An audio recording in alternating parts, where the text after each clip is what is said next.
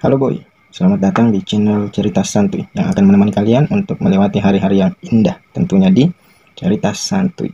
Tapi sebelum lanjut, yuk sama-sama subscribe. Oke boy, kita gas. Oke teman-teman, kita lanjut lagi di episode selanjutnya. Mencoba melawan, Safira tak ingin Leo terus-terusan memanfaatkan dirinya. Jangan kak, ucap Safira sedikit mendorong tubuh Leo berusaha untuk melepaskan lingkaran tangan Leo dari pinggangnya ketika mereka berada di dalam kamar mandi. Kenapa kau tak suka? Tanya Leo sembari menatapnya. Ya, sahut Safira. Leo melotot kesal mendengarkan jawaban. Kak, tolong jangan seperti ini. Aku merasa semua yang kita lakukan salah. Ucap Safira seolah memohon dengan tatapan mata yang sendu. Jadi kau menyalahkan aku, ha? Menurutku, kau yang salah karena kau memiliki tubuh yang mampu membuat gairahku selalu bergejolak. Itu salahmu, Safira. Ucap Leo kembali menempelkan tubuh Safira padanya. Safira sedikit berontak ketika Leo mulai mengendus serta mencium dirinya. Kak, jangan, aku tidak mau. Ucap Safira berusaha mendorong Leo menjauh darinya. Kak, jangan lakukan lagi, kumohon. Hiks.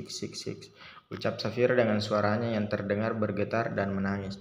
Kenapa? Kau itu milikku. Aku sudah mengeluarkan uang yang tidak sedikit untuk menukarkanmu. Kenapa kau tidak paham juga, ha? Teriak Leo menjadi kesal. Bagaimana mungkin kita terus melakukannya? Kita tidak memiliki hubungan apapun. Pakik Safira tak mampu menahan semua kekesalannya. Leo sedikit tertegun menatap reaksi Safira yang mulai emosi. Hubungan yang kita lakukan selama ini hanya akan dilakukan oleh sepasang kekasih yang sudah menikah. Tapi di antara kita, hahaha. Leo tertawa lepas mendengar ucapan gadis lugu yang berusia 17 tahun itu. Safira terdiam menatap bingung kepada Leo yang terus mentertawai dirinya. Kenapa kau tertawa? Tanya Safira.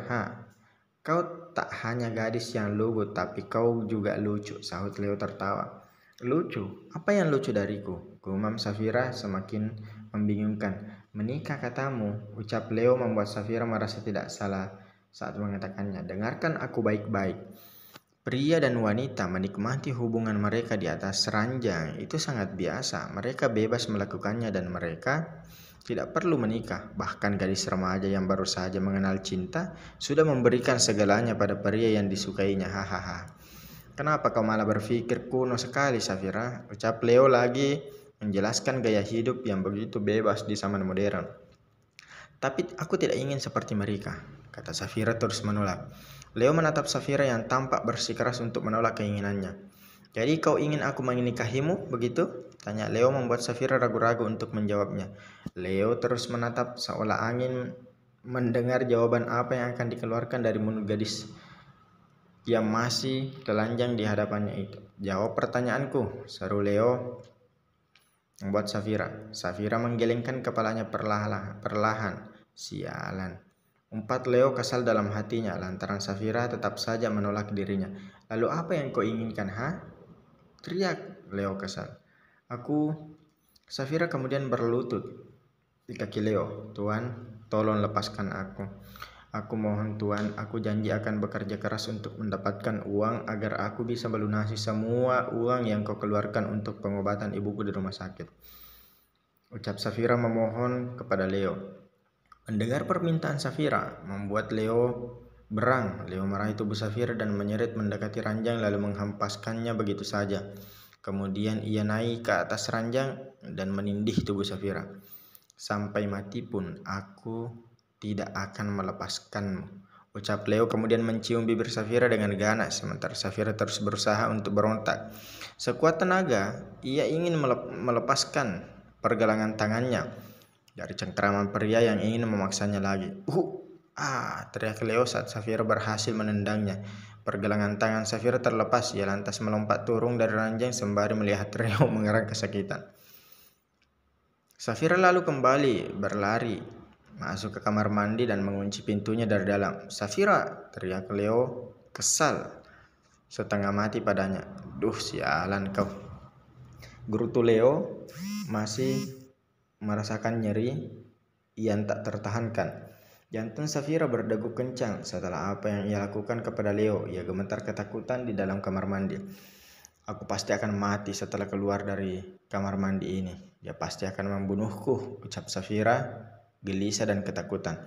Brak, Safira melompat kaget saat mendengar gedoran pintu dari luar kamar mandi. Keluar kau, Safira teriak Leo. Tubuh Safira semakin gemetar. Matilah aku, ucap Safira kebingungan.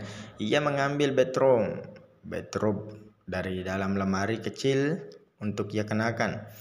Setelah itu, ia duduk di atas kloset yang tertutup. Suara gedoran pintu serta teriakan Leo terus saja memekakkan telinganya.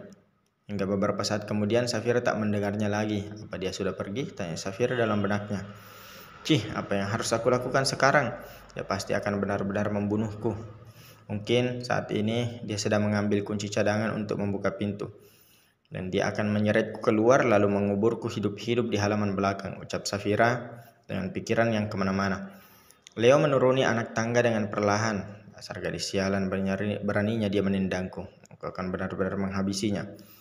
Gerutu Leo geram. Cih, aduh nyeri, ucap Leo terus melangkah turun dengan perlahan. Saat baru saja melangkah kakinya di lantai bawah, Leo berhadapan dengan ayahnya yang baru saja tiba di kediamannya. Gustav sempat melirik raut wajah putranya yang meringis kesakitan ketika berjalan. Ia lantas menatap putranya tersebut. Kenapa? Sakit? Tanya Gustav sembari menjingkang senyum di sudut bibirnya seolah meledek Leo. Tidak, sahut Leo berlagak tenang padahal ia sedang menahan rasa sakitnya. Hei, masih berlagak saja kau ini. Kau pikir papa tidak tahu kalau kau sedang menahan sakitmu itu? Gerutu Gustav. Kalau aku bilang tidak sakit, ya tidak sakit, sebut Leo kesal. Gustav menatap curiga pada putranya itu. Hei, apa jangan-jangan bagian itu sakit gara-gara perbuatan calon menantuku? Hehehe, ucap Gustav sembari terkekeh meledeknya lagi. Leo hanya diam, tak ingin mengubris ayahnya. Hei, ternyata calon mantuku bisa membuat pria arogan sepertimu sakit juga ya. Hebat sekali dia.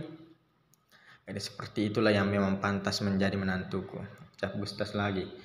Papa mau ngapain ke sini? Tanya Leo. Aku mau menjemput calon menantuku, sahut Gustav sembari melangkah menaiki anak tangga. Hah? Apa maksud Papa? Tanya Leo lagi. Gustav menghentikan langkahnya dan menoleh ke belakang, membalas tatapan tajam dari putranya. Kenapa? Kau tidak ingin menikahinya kan? Aku dan Mama sudah membuat keputusan. Kami akan membawa Safira dan mencarikannya pria kaya yang bersedia menerima apa adanya, sahut Gustav. Pah, Safira itu milikku, ucap Leo kesal. Gustav sama sekali tak memperdulikannya. Apa yang dikatakan putranya? Ia kembali melangkah menaiki tangga dan menuju ke lantai atas. Gustav sangat yakin bahwa Safira berada di dalam kamar Leo. Papa, seru Leo hendak mengejar ayahnya, namun sang ayah terus saja berjalan bahkan semakin cepat. Leo yang tak bisa berjalan dengan cepat lantaran juniornya sakit ditendang. Safira tampak meringis sembari menaiki tangga dengan perlahan. Sialan, rasa nyeri ini membuatku tidak bisa mengejar papa, gerutu Leo dalam hatinya. Gustav masuk ke dalam kamar utama untuk celingak-celinguk mencari keberadaan Safira. Tidak ada sosok gadis yang dikatakan Mia di kamar ini. Apa mereka pisah kamar? Gumam Gustav terus saja mencari-cari keberadaan Siva. Gustav melirik pintu kamar mandi yang tertutup rapat. Mungkin dia sedang di kamar mandi, gumamnya. Gustav menghampiri pintu tersebut dan mengetuknya. Tok tok tok. Safira melompat kaget dengar suara ketukan pintu itu. Itu pasti dia, ucap Safira dalam hatinya. Suara ketukan pintu kembali terdengar. Aku tidak mau keluar, dasar pria menyebalkan, pekik Safira kesal lantaran mengira bahwa itu adalah Leo. Gustav terkekeh pelan mendengar pekikan Safira dari kamar mandi. Ternyata mereka sedang bertengkar. Berarti tebakanku benar kalau Safira baru saja menghajar Leo, gumam Gustav terkekeh geli. Gustav sekali lagi mengetuk pintu kamar mandi. Safira, keluarlah nak, aku tidak akan menyakitimu, seru Gustav padanya. Safira terdiam dan tidak mengenal suara pria yang baru saja berbicara padanya. Siapa itu? Suara begitu asing di telingaku, gumam Safira. Safira berjalan menghampiri pintu dan menempelkan telinganya di sana. Siapa kau? Tanya Safira. Aku adalah calon papa mertuamu, sahut Gustaf. Hah? Papa mertua? Gumam Safira bingung. Safira masih tak bergeming. Ia bingung harus melakukan apa di saat pria asing memintanya untuk keluar dari kamar mandi itu. Papa, seru Leo. Jantung Safira terdekat kencang ketika ia mendengar suara Leo yang baru saja tiba di kamarnya. Itu suaranya. Tadi bilang papa. Apa pria asing itu benar papanya? Tanya Safira dalam benaknya. Safira, keluarlah. Calon papa mertuamu akan menyelamatkanmu dari serigala buas yang bernama Leo, seru Gustaf. Dengan sigap, Safira membuka pintunya dan melihat dua pria tengah menatapnya. Safira, hebat kau ya. Saat aku memintamu keluar, kau sama sekali tidak mendengarku, gerutu Leo kesal. Aku benci kau pria jahat, kau selalu saja memaksaku. Pakik Safira kesal pada Leo. Safira lantas mendekati Gustaf dan berdiri tak jauh darinya. Tuan, aku mohon selamatkan aku dari pria menyebalkan ini. Dia selalu saja memaksa aku untuk melayani hasratnya, pinta Safira pada Gustaf. Baiklah, aku datang ke sini memang sengaja ingin menyelamatkanmu, kata Gustaf. Ayo kita pergi. Ada seseorang yang sedang menunggumu di rumahku, kata Gustaf lagi, sembari menarik tangan Safira. Safira terlihat ragu-ragu saat Gustaf membawanya, lantaran ia tidak mengenal Gustaf. Biarlah, daripada aku terus-terusan di sini dipaksa melayani pria menyebalkan itu. Lebih baik aku pergi saja, ikut dengan tuan ini. Aku rasa dia tidak akan menyakitiku. Tampak dari wajahnya sepertinya dia orang baik, gumam Safira dalam hatinya. Safira kemudian mengikuti. Kemudian begitu yakin melangkah mengikuti Gustaf dan berjalan lebih dulu darinya. Kau tidak boleh pergi, Safira, teriak Leo hendak mengejarnya. Namun karena langkahnya yang gontai, ketika Leo merasakan nyeri pada juniornya. Aduh, ucap Leo meringis kesakitan dan tak dapat mengejar Safira. Juga Gustaf. Gustaf menyuruh Safira masuk ke dalam mobilnya. Saat itu Safira hanya mengenakan bedroom yang ia kenakan saat berada di dalam kamar mandi. Gustaf lalu meminta Huria untuk memberikannya selimut agar dapat menutupi tubuh Safira. Kau tenang saja, aku akan membawamu ke tempat yang aman, kata Gustaf pada Safira. Safira hanya menganggukkan kepalanya, sedikit ragu. Sementara Leo menatap mobil sang ayah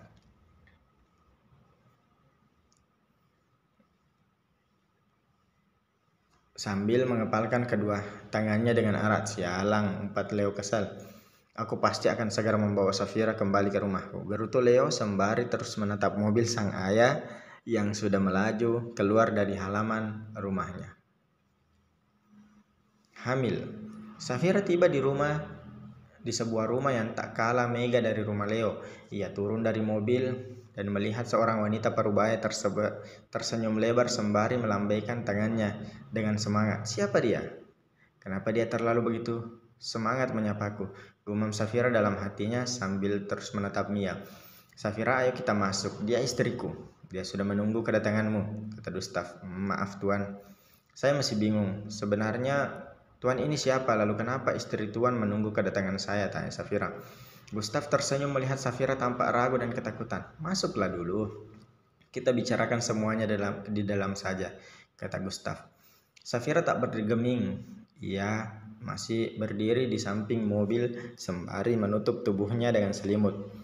Nah, percayalah, kami tidak akan menyakitimu, kata Gustaf lagi. Perlahan Safira meyakinkan dirinya bahwa Gustaf dan Mia tidak akan menyakiti dirinya. Kemudian Safira berjalan mengikuti langkah Gustaf yang melangkah menuju masuk ke rumahnya. Sayang, akhirnya kau datang ke rumah mama, seru Mia memeluk Safira sekencang mungkin saking senangnya. Gustaf melihat Safira susah mengatur nafasnya lantaran tubuhnya terhimpit oleh kedekapan Mia. Istriku, kenapa kau memeluknya begitu kencang? Dia jadi susah bernafas, seru Gustaf. Mia kaget atas apa yang dilakukan, lalu segera melepaskan pelukannya tersebut. Safira, cepat-cepat mengatur nafas agar kembali normal. Mia memperhatikan Safira yang sibuk menutupi tubuhnya dengan selimut. Kenapa dia memakai selimut? Tanya Mia pada Gustaf. Dia mengenakan bedroom tadi, jadi aku meminta Huria untuk memberikan selimut untuk menutupi tubuhnya. Sepertinya dia dan Leo sedang bertengkar. Tadi saat aku jemput, dia sedang mengunci dirinya di kamar mandi, sahut Gustaf menjelaskan. Kenapa? Tanya Mia lagi. Katanya Leo sangat ganas di ranjang, sampai-sampai Safira kewalahan melayaninya. Bisik Gustaf. Hehehe, ternyata putra kita begitu hebatnya ya. Sepertinya kita akan punya cucu. Ucap Mia balas berbisik. Tapi sebelum itu harus segera menikahkan mereka. Aku tidak mau semua orang bergosip kalau sampai kita memiliki cucu haram dari putra kita.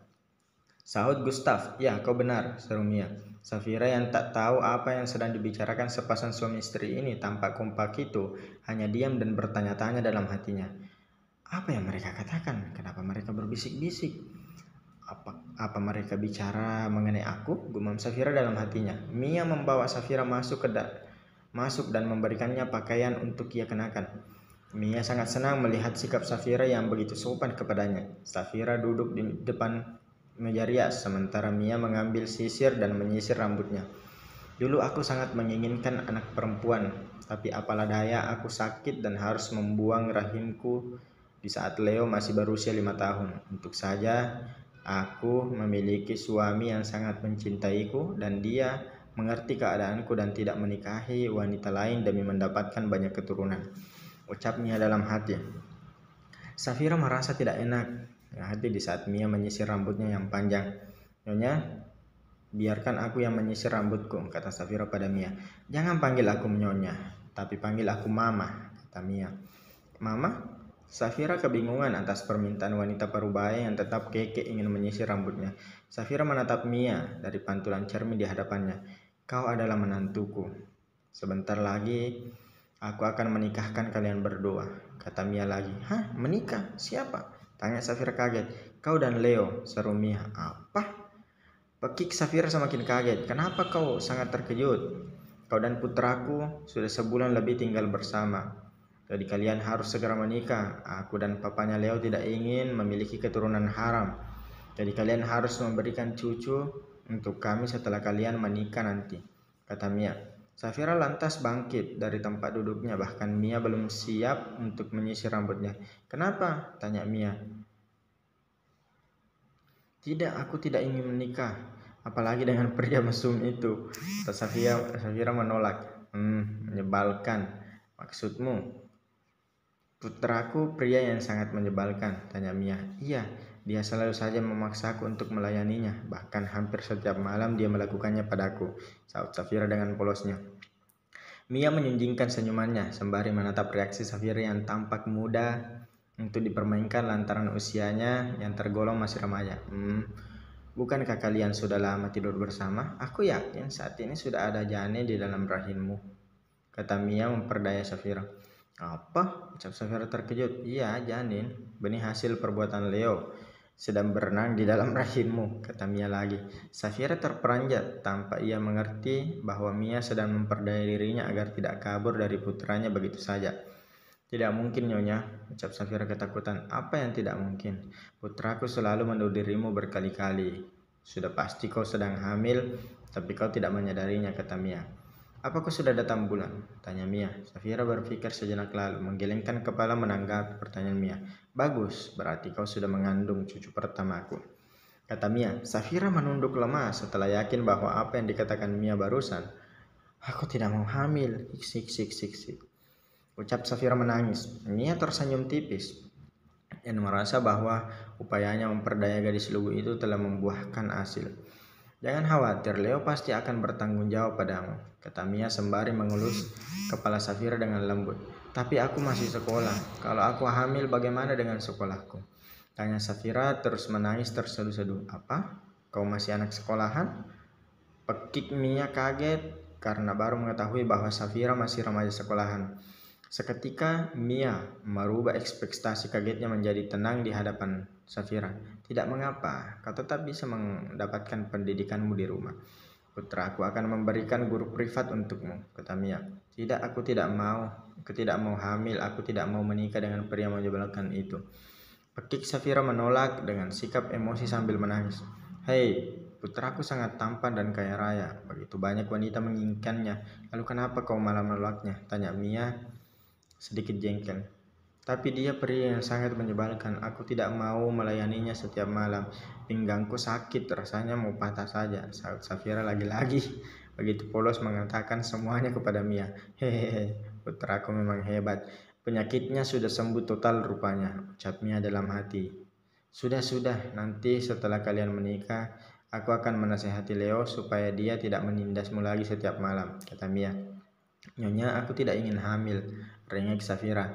Mia menatap Safira yang ternyata tetap saja menolak untuk menikah dengan Leo. Hah? Apa dia gitu membenci putraku? Gadis ini begitu polos, aku juga menyukainya.